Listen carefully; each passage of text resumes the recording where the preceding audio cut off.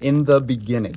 That's how John, after reflecting for decades on sharing the good news of Jesus, decides to start his gospel account. In the beginning. It echoes back, of course, to Genesis 1:1, which starts in the beginning. In the beginning, God created the heavens and the earth, and that's God's creative activity. And John takes all of that language and he picks it up and he's going to apply it to Jesus. In the beginning was the Word. There was Jesus with God in the formation and creation of the world. In the beginning, Genesis says, God created the heavens and the earth. Now, the earth was formless. Tohu vavahu is the Hebrew phrase here. It was without purpose, without meaning. It didn't have order to it. It was chaotic. It was darkness. And then we're going to see that the Spirit of God is hovering over the waters. So what do you have in Genesis 1? You have undistinguished water.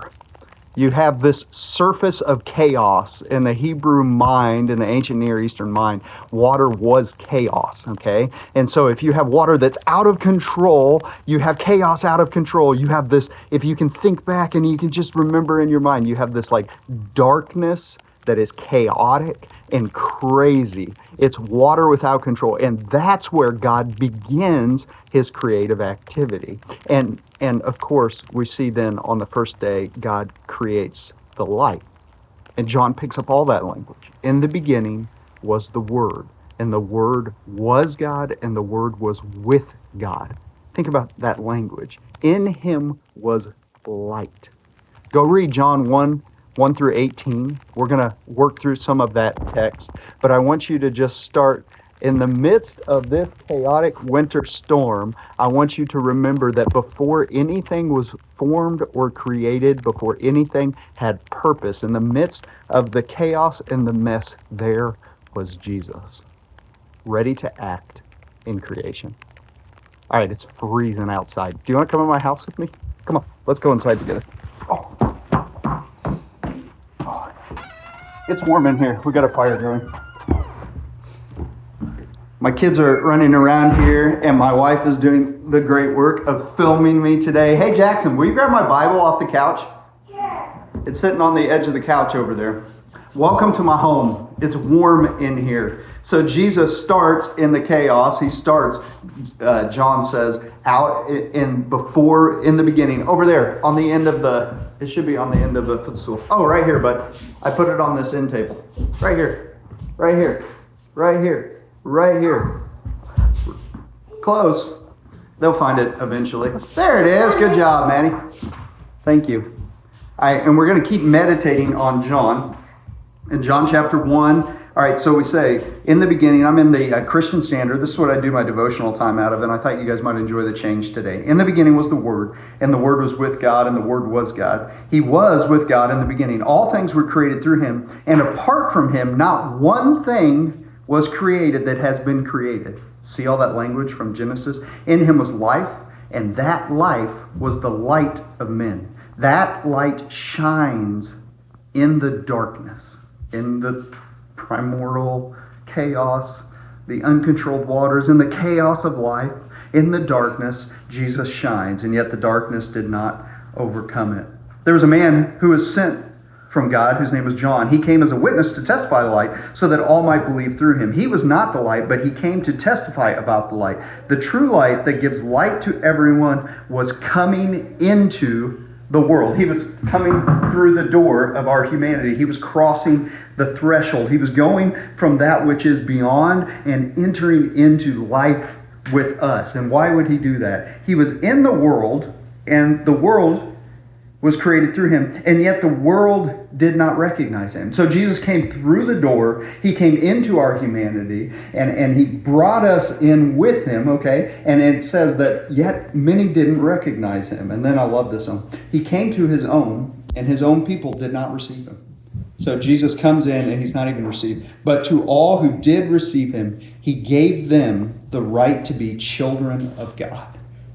So in this weird sense, Jesus crosses the threshold and enters into our humanity, but at the same time, he actually takes us with him. And as he goes through this space, the threshold of our humanity, he also welcomes us in to the household of God. He gave us the right to be children of God to those who believe in his name, who were born not of natural descent or of the will of the flesh or of the will of man, but these people, us who believe and profess faith in Christ, were born of God. Is there anything better when you come in out of the cold darkness? Maybe you've been playing in the snow, you've been doing all these things. Is there anything better than getting a big, warm hug? I have a lot of huggers, but the best hugger in my house is actually not any of my girls. It is my son. Weeks. He gives the best morning hugs. Every morning when he comes down the stairs, before he even says hi, he gives every person in the house a hug. I think this imagery of Jesus is like perfect as well. Here comes Jesus into our humanity. Oh, do you want to give a hug too? Oh, that's a good hug too. That's a good hug too. Jesus comes into our humanity, crosses the threshold, he welcomes us in, and then he embraces us. He brings us with him. He says, you belong here in the household of God. He who was before all things, he who created all things, he who provides life and light, hugs us and welcomes us into his home. Last week, my kids are playing up on the stairs. Why don't you go ahead and show them? Say hi. Hello. Still got their PJs on. They each get a role in this today.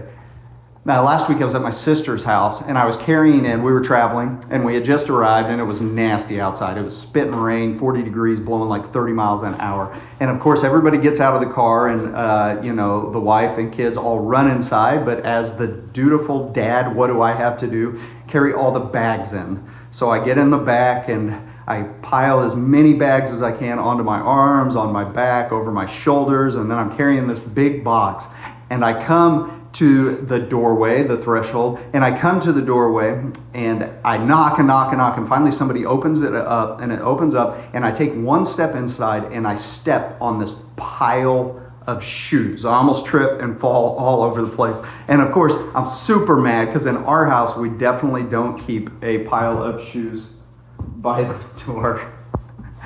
But I was so mad and upset and I was frustrated about that, and I was like kicking shoes out of the way, and I was trying not to be too mean because it was my sister's house. But the next morning, I was actually up before anybody else, and I was sitting in a chair right next to that door, and I was reading through this passage.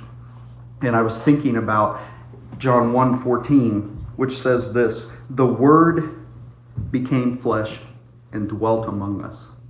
And I was looking at this pile of shoes and I was meditating on this passage. The Word became flesh, and tabernacled is the word. It reflects back the Old Testament of God in his tabernacle and in his temple, dwelling with his people.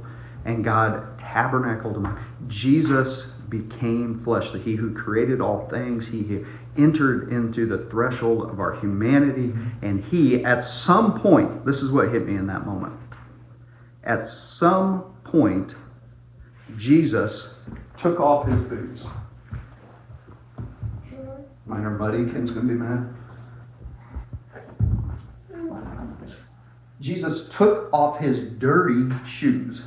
He probably didn't have muck boots. His dirty shoes, and came into someone's home. Jesus became flesh. God, before all things and in all things, he who created all things, he became flesh. He took off his shoes in someone's house. You want to come sit with me for just a minute over here by the fire? It's a beautiful fire, rip roaring,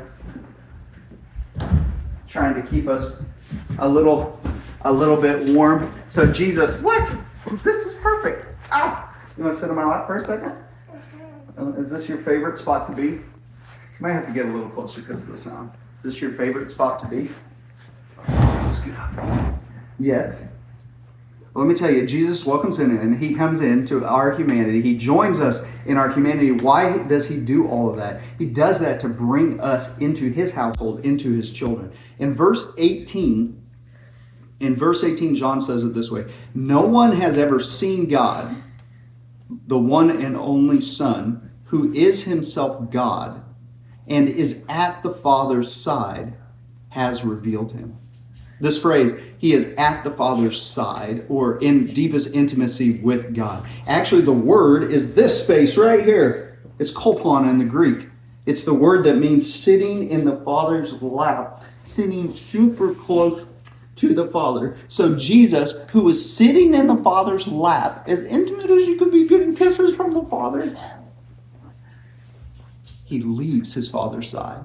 He comes to us to describe what this space is like. What's it like to sit in Daddy's lap?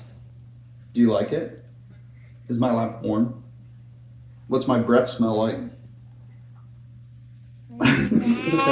Okay, you go on. Run on. Yep. Okay, so Jesus, who makes known perfectly, who has sat in the Father's lap, who is in deepest intimacy with him, Jesus makes God known to us. And what does he make known? Well, this is the key of this text I want you to hear this morning. Twice he says it, the Word became flesh and dwelt among us. We have seen his glory, the glory of the one and only Son, who came from the Father, full of two things. He's full of two things, grace and truth. He repeats it again just a couple verses later. So when John, after all these years of reflecting on Jesus, and he uses this lofty language from Genesis, and he wants us to know that Jesus is before all things were. He is the creator. He has entered into our humanity. He has taken off his boots in someone's house. He has joined us in the flesh. He is full of these two things, grace and truth. Grace and truth. I think most of the time we think of our spiritual lives as monkey bars. If you've ever been on a playground, you know how monkey bars work. You start at one end and then you try as hard as you can to cross to the other end. And all of us think that life is like this test where we're on these monkey bars and we don't know if we can hold on. But God really can you hold on, Brandon? Are your hands strong enough? Are your feet strong enough? Okay, so I got a girl that sits in my lap really well, Finley. And I got a boy that gives the best hugs, Jackson. But I'm going to tell you, my oldest girl, she's the best worker outer there is. You should see this girl do push-ups. Hey, you want to do some push-ups for us? All right, get down.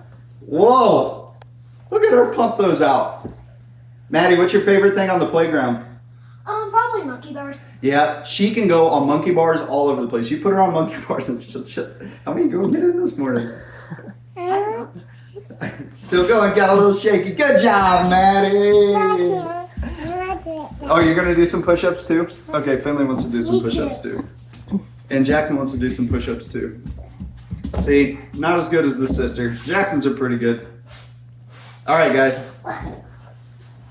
Okay, so we think about our spiritual life as monkey bars, all right, trying to cross through this threshold of life and just trying to hold on. But that's not how John describes life with Jesus. He says, as children of God, we are full of grace and truth. Life isn't monkey bars. It's a teeter-totter. Teeter-totters are the best. If you're too heavy on one side, it doesn't work.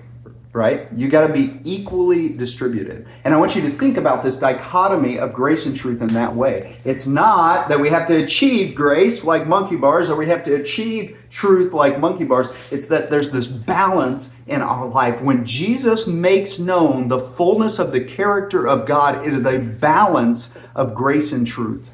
Why do we take our shoes off when we enter the house? Because it's full of mud and muck and snow and sleet. All the chaos and disorder of the world are on our shoes. And so when we come into the Father's house, we have to take off our shoes. We have to deal with the sin in our life. And if our dichotomy is wrong, if we're too heavy on the truth, as the Pharisees and the teachers of the law are going to be in the Gospel of John, if we're too heavy on the truth side, we fall into legalism. We think we can achieve our own righteousness or that we belong in the household of God, not because we're perfect enough, but because we're more perfect than other people. And if we're just stay better than other people, then we belong in God's house. That's truth too heavily weighed. But grace on the other side, maybe that's what we deal with more in our culture than anything now. If grace is too strong on the other side, then we don't account for sin at all. We believe everyone's allowed to do anything that they want to do, that they're allowed to just run free and rampant, and there's no such thing as sin. And all are welcome without ever having to take off our boots. And here's the truth. Most of us don't ever even enter into the household of God because we haven't taken off our boots. We haven't realized and recognized the truth of our humanity, that we are broken broken and flawed, and we need a Savior. And also, we haven't recognized that He is gracious to us, He is kind, and He welcomes us in. So this year, as we study the Gospel of John, this dichotomy needs to be held in place, this teeter-totter of life.